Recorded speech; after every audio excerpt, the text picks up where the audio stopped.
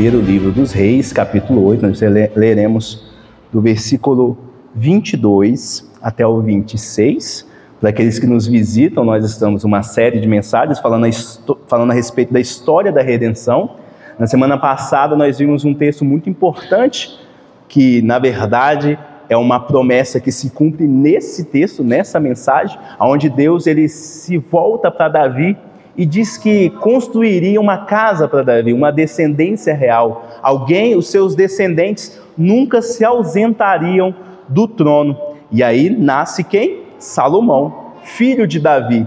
E ele cumpre a promessa de construir a casa de Deus, o templo de Deus, de maneira parcial. Porque nós veremos, no decorrer da história e nas futuras mensagens, que essa promessa verdadeiramente vai se cumprir lá na frente, mais ou menos daqui a 1000 anos, de acordo aqui com o texto e com a Bíblia. Mas vamos ler então a palavra do Senhor. Primeiro livro de Reis, no capítulo 8, no versículo 22 até o 26, assim diz a palavra do Senhor.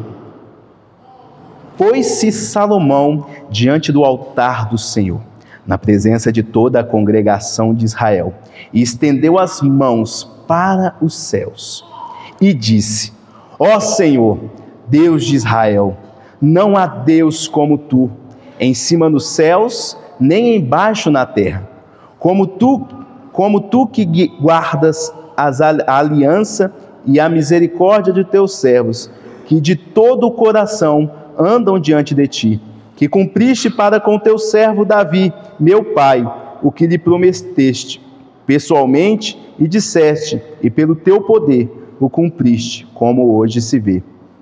Agora, pois, ó Senhor, Deus de Israel, faze a teu servo Davi, meu pai, o que lhe declaraste, dizendo: não te faltará sucessor diante de mim, que se assente no trono de Israel, contanto que teus filhos guardem o seu caminho, para andarem diante de mim, como tu andaste. Agora também, ó Deus de Israel, cumpra-se a tua palavra, que disseste a teu servo Davi, meu pai. Até aqui nos falou palavra do Senhor. Meus irmãos, aqui a situação ela é bem simples. O capítulo ele começa com Salomão, ele terminando o templo do Senhor. E ali ele coloca diante de todos, e principalmente diante do Senhor, a sua oração. E o que nos leva a pensar sobre a nossa vida hoje.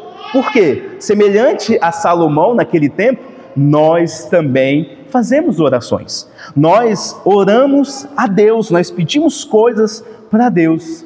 Mas há momentos da nossa vida que nós nos sentimos o quê? Que Deus ele é ocupado demais, grande demais para ouvir a nossa oração. Às vezes esse é o pensamento de muitas pessoas. Não, Deus tem o universo inteiro para cuidar, Ele tem muitas outras coisas para realizar. Deus ele é muito grande. Será que Deus ele vai ouvir a minha oração? Logo eu, alguém tão falho, tão pecador? E meus irmãos, dentro de nós há um anseio fundamental da alma humana. Todos nós desejamos ser vistos, conhecidos e principalmente ouvidos por Deus. Esse é um anseio de todos nós. Se eu perguntar para cada um aqui nesta noite: você quer ser ouvido pelo seu Criador? Todos nós responderíamos um grande sim. E Salomão, conforme eu disse, ao dedicar essa casa de Deus, esse templo ao Senhor, ele faz uma oração. Aqui é uma oração, e a oração mais longa da Bíblia descrita. Ele faz uma oração que responde a esta angústia. Que angústia? Nós queremos ser ouvidos. E será que Deus, ele nos ouve? É por isso que hoje nós vamos falar a respeito desta oração, uma oração que revela algo importante sobre Deus e também muito importante a respeito do seu povo. E o tema da mensagem de hoje é o Deus que se aproxima do seu povo com misericórdia. E quando nós olhamos para essa oração, a oração de Salomão, surge uma pergunta: o que essa oração desse rei, nos ensina a respeito de quem Deus é e como Ele age conosco hoje. E o que nos revela a primeira lição é que Deus, Ele habita com o seu povo. Esta é a primeira verdade que nós vemos a partir do versículo aqui, 22, do qual nós lemos. A imagem do texto que nós lemos, ela é bem simples, mas também inspiradora. Salomão aqui, ele está diante do altar, o altar de Deus, onde se faziam sacrifícios. O templo está construído, o templo ele era glorioso, feito dos melhores materiais, inclusive ouro. E aí naquele momento, Salomão, ele levanta as mãos para os céus, semelhante ao hino que nós cantamos, né? Levantemos nossas mãos. Salomão está de mãos levantadas para o céu. E essa mão levantada, não é porque ele queria levantar a mão, ó Deus, olha para mim. Não, mas era um sinal de reverência. Era um sinal que ele dependia de Deus. E agora ele ia apresentar a sua oração de dependência a esse Deus. Então ele diz, olha só, no verso 23, ele diz o seguinte: ó Senhor, Deus de Israel, não há Deus como tu. Em outras palavras, Senhor, o Senhor é incomparável.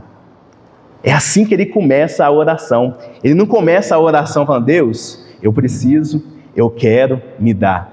A oração dele é uma oração modelo, assim como a oração que o Senhor Jesus nos ensinou. Lembra? Pai nosso que estás nos céus. O próprio Senhor Jesus nos ensinou que nós devemos o quê? Exaltar o nosso Deus. E ele começa dessa maneira a oração. Ele começa exaltando, ó Deus de Israel, não há Deus como tu.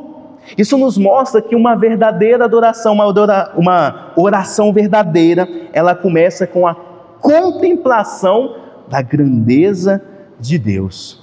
E em seguida, aqui no texto, ele reconhece também que Deus é um Deus fiel. Deus, ele cumpriu a promessa feita ao seu pai Davi. Deus, ele foi ali claramente um Deus que firma e confirma as suas promessas. E ele é um Deus fiel, no versículo 24. E então nós chegamos no verso 27, onde Salomão ele faz uma pergunta. Diante dessa grandeza desse Deus, diante desse Deus tão grande, tão imenso, ele faz uma pergunta interessante. Observe o texto.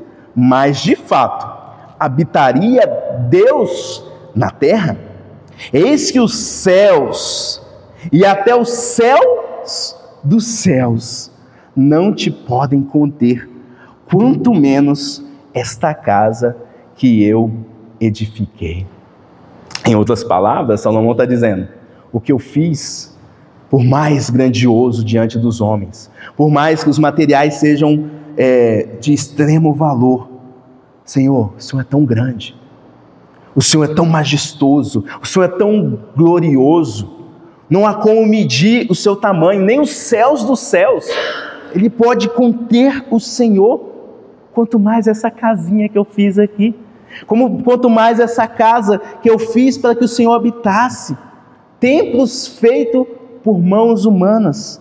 Será que o Senhor pode habitar nesse templo? Salomão aqui, meus irmãos, ele reconhece que o templo ele é pequeno demais para um Deus que é grandioso. E é algo que nós vemos é diferente hoje em dia, né? Muitos levantam templos grandes, majestosos, para ídolos pequenos, para ídolos que não podem fazer muita coisa, mas cabem dentro daquele templo. Salomão, ele dedica um templo que é grandioso, porém, o Deus que promete habitar nesse templo, ele é muito maior e mais superior. Mas o fato aqui, meus irmãos, que apesar de Deus ser grande, imenso, ou uma palavra um pouco mais difícil, incomensurável, não há como medir o seu tamanho, Deus, ele é misericordioso e ele se aproxima do seu povo. Deus, ele quer estar com o seu povo. E o que ele faz? Ele promete que habitaria naquele lugar, que habitaria naquele templo. Por quê? Porque o desejo dele é estar próximo do seu povo. Se você observar, desde a época que Adão ele pecou e ele foi expulso da presença de Deus, Deus sempre foi atrás do ser humano. Deus sempre correu atrás, Deus sempre queria estar próximo.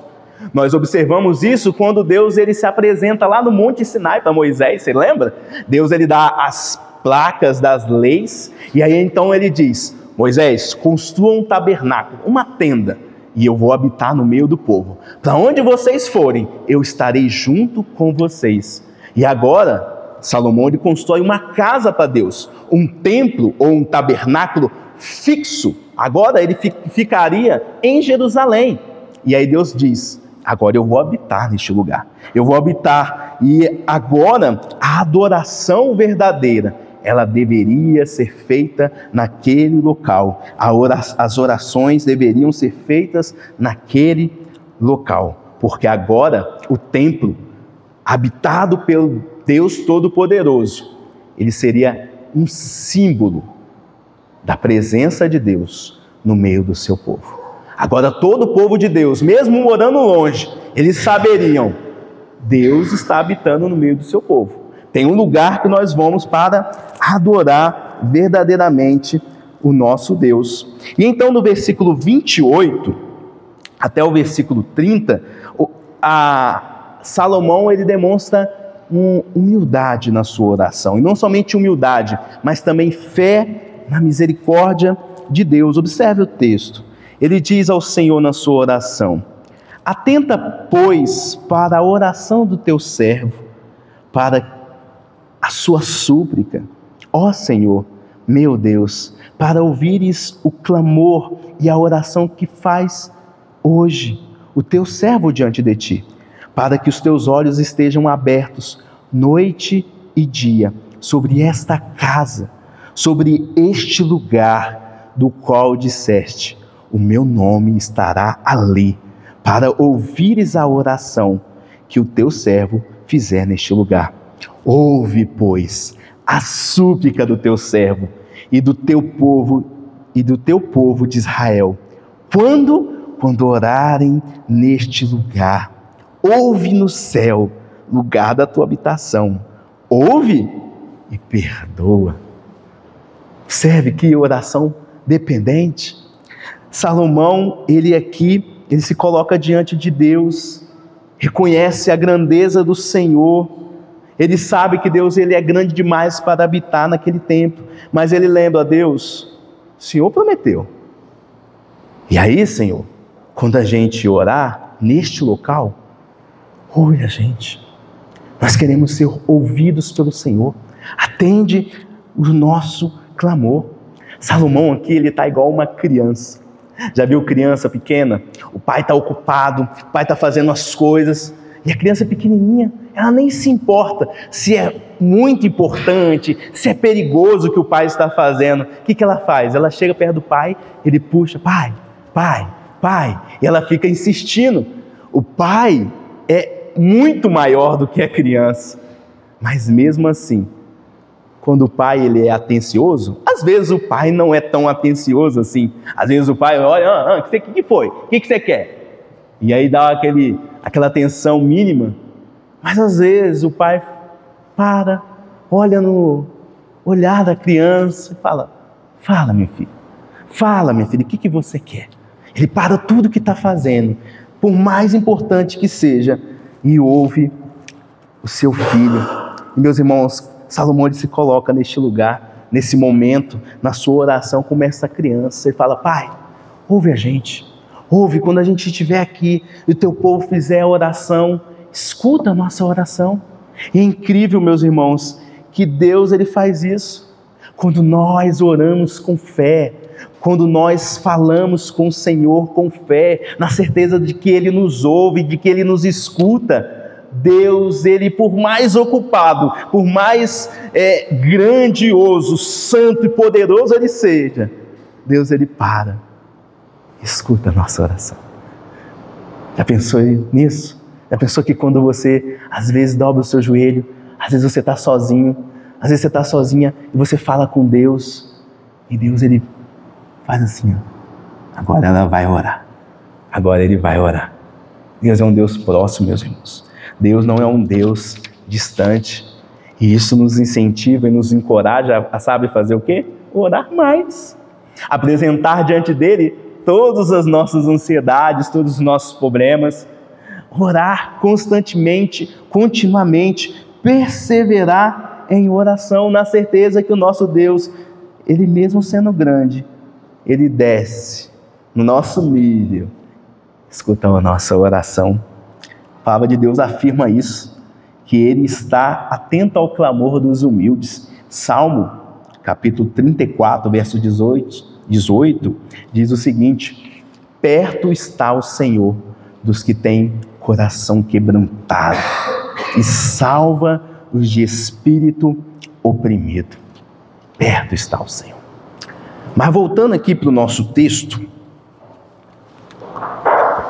surge uma segunda pergunta central: como esse Deus grande, poderoso, santo, Ele pode se relacionar com criaturas pequenas?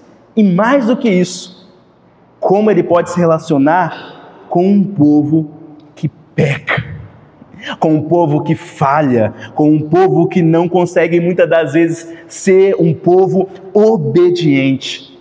A resposta dessa questão nos leva à segunda lição desse texto, que se encontra a partir do versículo 31, que Deus, Ele ouve sim, ouve o arrependido. Depois de pedir que Deus ouvisse a oração naquele templo, Salomão então, ele começa a descrever 7 situações.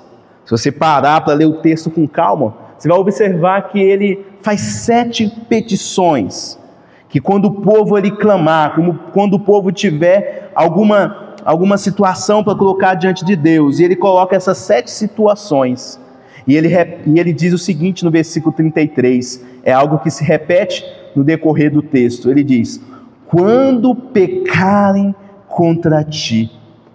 Observe que Salomão não diz, se o seu povo pecar. Ele não diz isso, ele diz, quando. Salomão conhece o povo de Israel, o povo de Deus. O povo de Deus é alguém que às vezes não consegue seguir o caminho ali de obediência, muitas das vezes ele é infiel. Você vai observar que nos próximos capítulos isso vai se mostrar muito claro, tanto que o reino ele vai ser dividido em 2 partes. E então Salomão ele conhece, ele sabe, o povo vai pecar. Quando pecarem contra ti, o que ele espera? Versículo 34. O que ele espera que Deus faça?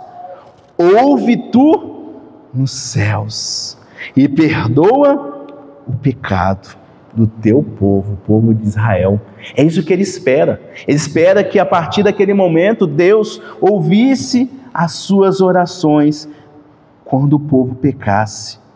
E aí em seguida ele vai mencionar tudo aquilo que eu disse, as situações de derrotas, de secas, de fome, de praga e também de exílio, como consequências da infidelidade do povo. E em cada um desses casos, você vai observar que Salomão ele já intercede previamente pelo pecado do povo, e ele diz, se voltarem a ti, quando o povo pecar, mas eles clamarem, se voltarem a ti e orarem neste lugar, ouve do céu, Senhor, e perdoa. É isso que ele pede, é isso que ele intercede, é essa oração de dependência que Salomão coloca. Ele antevê o pecado, mas também ele antevê o arrependimento. Ele sabe que o povo irá se arrepender. Deus, de alguma maneira, ele vai trazer o arrependimento ao coração do seu povo. Ou seja, nesse momento, por mais que Salomão está tratando a respeito de pecado, esta oração dele nos traz esperança. Nos traz esperança por quê? Porque é uma oração que foca no arrependimento. É uma oração que mostra que não há pecado tão grande. Todas essas 7 situações mostram que Deus, Ele perdoa. Porque Ele é grande em misericórdia. Porque Ele é um Deus grande. E às vezes é isso que muitas pessoas pensam. Elas pensam que, não, o meu pecado Deus não pode perdoar. Porque a concepção e a visão que você tem de Deus é o quê? É de um Deus pequeno. Não, Deus perdoa até aqui, porque Ele tem só esse tamanho. Mas quando nós conhecemos e cremos na imensidão de Deus, e quão bom e quão misericordioso Ele é, a gente fala, não, Deus, Ele perdoa. Tem tempo para eu poder retornar. E é interessante que quando nós temos esse coração arrependido, quando nós entendemos, não, Deus, Ele vai me perdoar, mas o seu coração, ele se quebranta, nós vemos que Deus, Ele não rejeita esse coração. Por isso que Salomão, ele antevê a misericórdia de Deus, ele antevê o arrependimento. Ele sabe que em um momento ou outro Deus, ele vai ter misericórdia, porque o povo, ele vai se arrepender. E quando o povo se arrepender, Deus vai ouvir e Deus vai perdoar. Conforme nós vemos no Salmo 51, versículo 17, sacrifícios agradáveis a Deus são o espírito quebrantado, coração compungido e contrito, não o desprezará, ó Deus. Um pastor, certa vez, ele disse o seguinte: o arrependimento, ele é a obra de Deus no coração do pecador, que prepara o caminho para a sua misericórdia. O verdadeiro arrependimento, meus irmãos, ela pode ser visto num filho. Um filho que ele tem tudo dentro da sua casa, do melhor, mas ele vai embora. Em rebeldia ao seu pai, ele foge. E diz que esse filho, ele começa a enfrentar algumas dificuldades. Ele começa a viver todo imundo e faminto. Mas um dia, diz que esse filho, ele cai em si e ele decide voltar. Ele diz: eu vou voltar para a casa do meu pai. Diz também que quando esse pai o vê, corre para o abraçar, corre ao seu encontro. Essa história é conhecida de muitos. É a história do filho pródigo que Jesus conta lá em Lucas, no capítulo 15. Uma história que revela Deus sendo um pai misericordioso, sendo um pai que é gracioso, um pai que perdoa. E é interessante que essa história tem muito a ver com esse texto. Salomão também está vendo Deus dessa maneira. Salomão também, ele vê que Deus é um Deus misericordioso. E isso, meus irmãos, traz esperança ao nosso coração. Isso traz esperança por quê? Porque nós caímos. Nós caímos. E o nosso maior medo é: se eu cair, será que Deus vai me perdoar? Será que se eu cair muito, se eu fizer tal coisa, será que Deus, ele vai me perdoar? A mensagem que é simples: sim. Ele recebe todo pecador que se quebranta, se volta em arrependimento para Ele, diante dEle e para Ele, Deus, ele recebe de braços abertos. Por isso, se você pecou, se você cometeu algo que você vai, não dá, só Deus sabe, pastor, só Deus sabe o que eu fiz. Olhe para esse texto, olhe para o seu Deus, e ao invés de fugir de Deus, como fez Adão, você lembra? Adão pecou, ele foge, se esconde de Deus. Corra para Deus, corra ao Senhor, corra aos braços dele, porque é nele que nós encontramos misericórdia.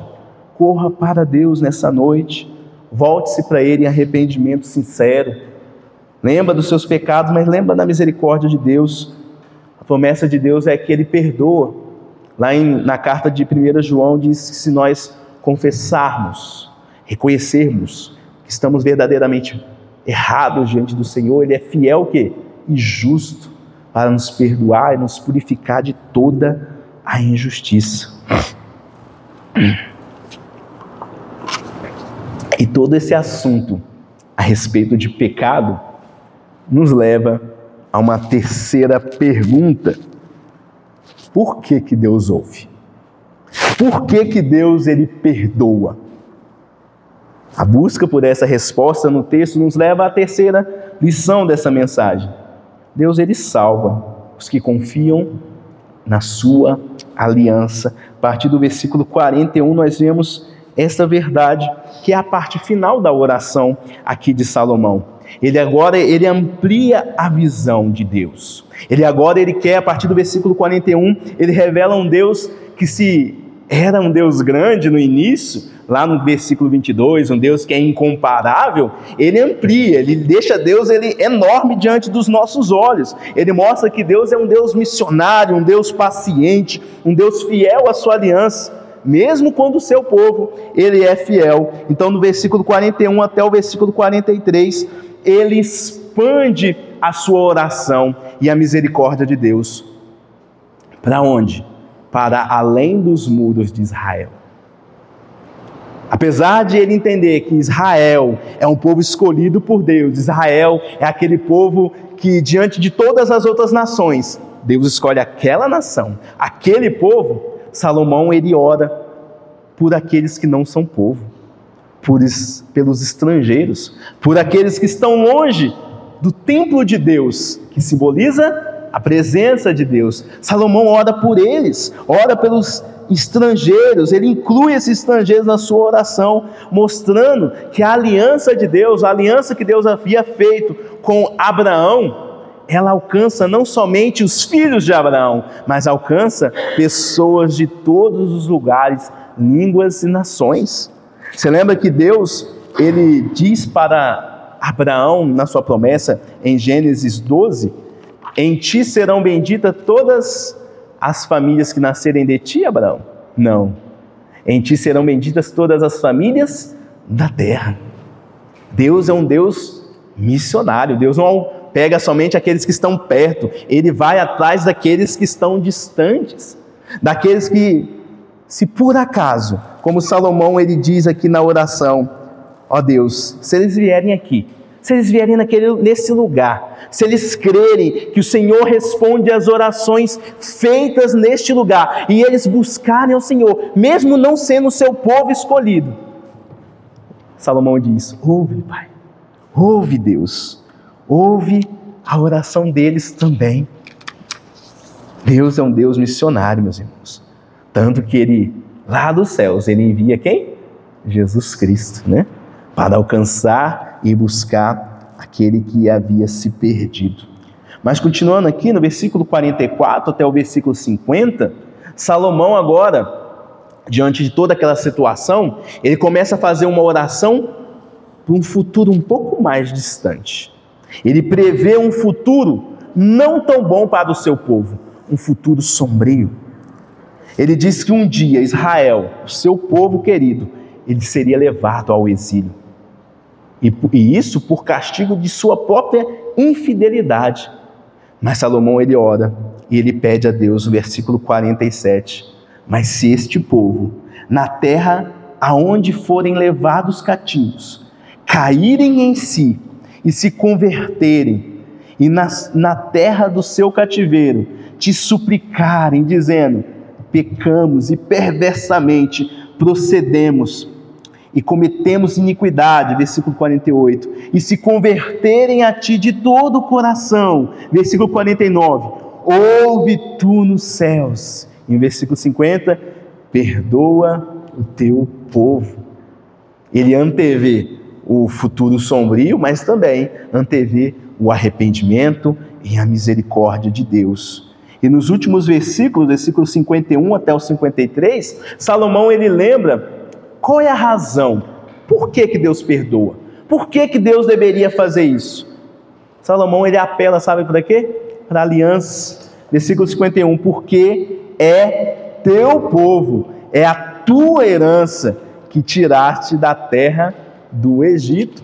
Salomão deixa bem claro que o apelo a Deus nesta oração não é pelo esforço humano, não é pela conduta daquele povo, mas muito pelo contrário, é para a graça de Deus, é para a misericórdia de Deus, presente aonde? Na aliança. Aliança, Deus fez uma aliança, um pacto, um contrato com este povo, aonde Deus prometeu ir com este povo até o fim. É igual casamento. Casamento é até a morte nos separe. Eu vou contigo até o fim da minha vida ou da sua, mas eu vou até o fim. E Deus ele também fez essa aliança com o povo de Israel. Eu estou com vocês até o fim. Até o fim. Salomão ele apela para isso. Ele apela para esta aliança. Deus, o Senhor fez essa aliança com o seu povo. E esse povo fez essa aliança com o Senhor. Então seja fiel a esta aliança. E ele tem a certeza que Deus ele cumprirá as suas promessas. Deus será um Deus fiel à aliança que ele fez com com o seu povo. É por isso que ele apela, não para a obediência. Ele não diz, Deus, se a gente for obediente, não, por sua misericórdia, porque é teu povo. Esta é a razão, porque é teu povo e a tua herança, porque o Senhor tem uma aliança. É para isso que Salomão, ele olha no momento da sua oração. E se quando nós olhamos para a história, principalmente a história da redenção, a gente vê um fio, desde o início até Apocalipse. E que fio chama isso? Chama esse? Aliança. A aliança de Deus está presente desde o início até o final da história. Quando nós olhamos para Adão, Deus faz uma aliança e faz uma promessa para ele. Uma promessa de um redentor. Da barriga da mulher nasceria um que esmagaria a cabeça da serpente.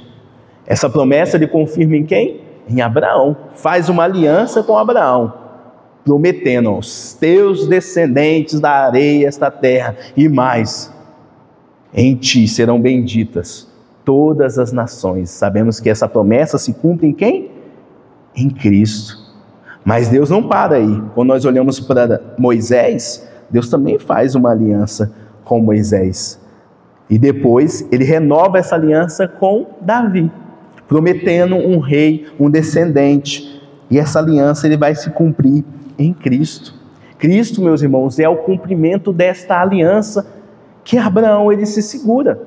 Ele segura em Cristo naquele momento. A palavra de Deus diz lá em 2 Coríntios capítulo 1, versículo 20, que nele, em Cristo, todas as promessas de Deus são o sim e o amém. E mais, diz que ele, Cristo, ele é o mediador dessa nova aliança, que é selada, sabe com o quê? Com seu próprio sangue.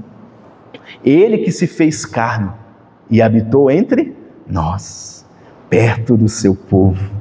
Ele veio, ele viveu a justiça perfeita. Cristo foi o único homem perfeito. Ele viveu a vida que nós não conseguimos viver e morreu a morte que nós merecíamos morrer. Mas ele ressuscitou. Ele ressuscitou. Hoje ele está onde? No trono de Deus, reinando. E ele fez uma obra maravilhosa de nos reconciliar com Deus. E outro ponto da oração de Salomão, que nos mostra claramente Jesus Cristo, é quando Deus ele confirma, e quando Salomão ele entende, não, Deus ele vai ouvir as orações que foram feitas nesse templo. Se você for para o Novo Testamento, você vai ver que várias e várias vezes os discípulos iam para o templo para orar. Atos, você vê claramente que eles vão para lá para orar, porque eles têm esse entendimento, eles têm essa promessa. Deus ouve a oração feita no templo. Deus ouve a oração feita no templo. E qual que é o problema disso tudo? Não há mais templo. O templo foi destruído no ano 70 depois de Cristo. O que nós temos lá em Jerusalém é apenas um muro, chamado Muro das Lamentações. E aí? E agora, pastor? Como nós vamos fazer para que Deus ouça a nossa oração? Como nós vamos ter acesso a esta promessa de Deus? Deus promete ouvir até do estrangeiro as orações. Será que nós devemos ir para Jerusalém e esperar que eles construam talvez um terceiro templo?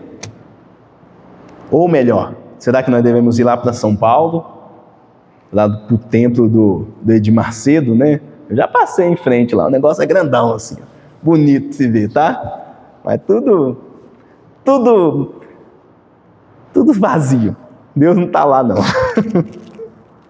Mas eu já vi. Será que a gente tem que ir para lá para que Deus ouça a nossa oração, já que Ele construiu o templo de Salomão? Ou talvez eu tenha que pensar diferente. Bom, não, eu não vou até lá porque não acredito. Mas aqui, né? Eu não entendo que a nossa igreja é uma igreja séria. Então tem que vir aqui, as orações feitas aqui, Deus irá ouvir. Bom, a resposta você já sabe, né? Não. A resposta para todas essas questões é um não. E por quê? Porque Jesus é o verdadeiro templo. O templo foi destruído, mas Jesus é o verdadeiro templo. Se você lembrar um pouco, quiser abrir também lá em João, Evangelho de João, no capítulo 2, versículo 19, o próprio Senhor Jesus disse: destruí este templo e em 3 dias o reconstruirei. Aí as pessoas ficaram ali, replicando. Levou 46 anos para esse templo ser edificado, e tu está dizendo que você vai levantar em 3 dias? Não estamos entendendo nada. Na verdade, nem os discípulos entenderam. Tanto que o próprio João, ele escreve: ele, porém, se referia ao santuário do seu corpo. Jesus estava mostrando que agora a casa de Deus, o templo de Deus, seria o seu próprio corpo. Paulo deixa isso bem claro lá em Colossenses, quando diz que em Cristo, nele, habita toda a plenitude de Deus. Se você parar para ler o texto lá de 1 Reis, aqui no capítulo 8, você vai ver que a glória de Deus, ela se manifesta. Os sacerdotes estão ali, os levitas estão ali preparados para oferecer o sacrifício do Senhor, mas a glória de Deus vem e expulsa eles de dentro do templo. A glória de Deus se manifesta ali de forma palpável, visível, diante deles. E agora toda essa glória, ela habita em Jesus Cristo. Jesus Cristo, ele é o templo de Deus. E qual que é a implicação disso? A implicação que agora nós não precisamos ir a um local para que Deus possa ouvir a nossa oração. Nós não precisamos de um prédio bonito, lindo, como nós temos lá em São Paulo, porque verdadeiramente aquele templo lá é muito bonito. Mas nós não precisamos disso mais. Nós não precisamos desse templo, nem de qualquer construção para que as nossas orações sejam ouvidas. Nós precisamos apenas de Cristo. Ele agora é o templo. Ele agora é o lugar aonde as orações são ouvidas. E agora, para que as nossas orações sejam ouvidas diante do Senhor, nós devemos ir até Cristo. Devemos ir até o Senhor Jesus. E a pergunta que surge é: bom, já que Deus, ele nos ouve, e ele prometeu ouvir as orações, será que nós estamos em Cristo? Deus só ouve as orações no templo, e o templo agora é Cristo. A pergunta é: você está em Cristo? Você está unido a Ele pela fé? Se a resposta é sim, Deus, ele promete ouvir e responder todas as suas orações. Mas se por acaso você olhar para você e falar assim: não, eu ainda não estou unido a Cristo, meu apelo a você nessa noite é: se renda a Ele. Renda a sua vida hoje ao Senhor, entregue sua vida a Cristo hoje. Se arrependa dos seus pecados hoje. Ele habita junto com o seu povo. Ele promete ter misericórdia quando nós nos arrependemos. Concluindo então essa mensagem, meus irmãos, você lembra da pergunta que eu fiz no início? Será que Deus ouve quando nós oramos, quando nós falamos com Ele? A oração de Salomão, ele mostra que sim, né? A oração mostra que nós temos uma resposta da parte de Deus e também uma esperança sólida, palpável, que Deus, ele vai nos ouvir, que Deus, ele habita com o seu povo. Ele não é um Deus distante, ele é um Deus que se aproxima com misericórdia do seu povo. Ele se aproxima daquele que está com o coração arrependido, contrito, porque o que ele exige do seu povo não é perfeição. Não tem essa falsa visão de Deus. Não, para servir esse Deus, eu preciso ser alguém perfeito. Não. Para servir esse Deus, você precisa ter um coração quebrantado, coração contrito, coração arrependido diante do Senhor. E diz que Ele salva aqueles que o invocam, aqueles que fazem com Ele esta aliança. E Ele salva não por méritos próprios, mas Ele salva porque Ele prometeu nos salvar, por graça, porque Ele é um Deus fiel. Dessa forma, meus irmãos, você pode orar, pois o Deus dos céus, o Deus que habita nos céus, aquele que os céus não podem nem conter, Ele se inclina para ouvir as nossas orações, orações feitas em Cristo. Por isso que sempre nós oramos e terminamos as orações como? Em nome de Jesus. Amém. Nós sempre oramos em nome dEle, porque nós estamos unidos a Ele. Salomão, ele orou diante do templo, levantou as mãos diante do templo. Hoje nós oramos em nome de Jesus, que é o verdadeiro templo. E nós podemos ter essa esperança. Esperança que agora nós também fazemos parte desse templo. Porque Paulo ele vai um pouco além. E ele diz que agora Deus, o Espírito Santo, ele habita em quem? Na sua igreja. Habita no meio do seu povo. O texto de Efésios que nós lemos mostra exatamente isso. Que Cristo, ele é o cabeça, a pedra angular.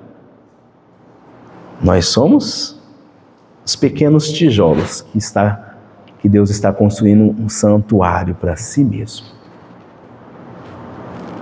Nós como igreja. E essa noite é uma noite especial. Por quê? Porque ao participarmos do pão, nós lembramos exatamente isso. Nós fazemos parte da casa de Deus. Nós somos família de Deus. Nós somos um pequeno tijolo que Deus ele está construindo um grande santuário. E o pão simboliza exatamente essa verdade, que o corpo de Cristo é um só. E nós participamos desse corpo, e não somente do corpo, mas do sangue, dos sofrimentos do Senhor. E por isso, antes de participarmos desse momento, quero orar com você. Quero aplicar esta palavra na certeza que nós vamos orar, não, e Deus vai nos ouvir, não porque a gente está aqui, não porque é um momento de culto. Deus vai nos ouvir porque nós vamos orar em Cristo. É em Cristo que Deus ouve as orações. Então oremos. Senhor Deus,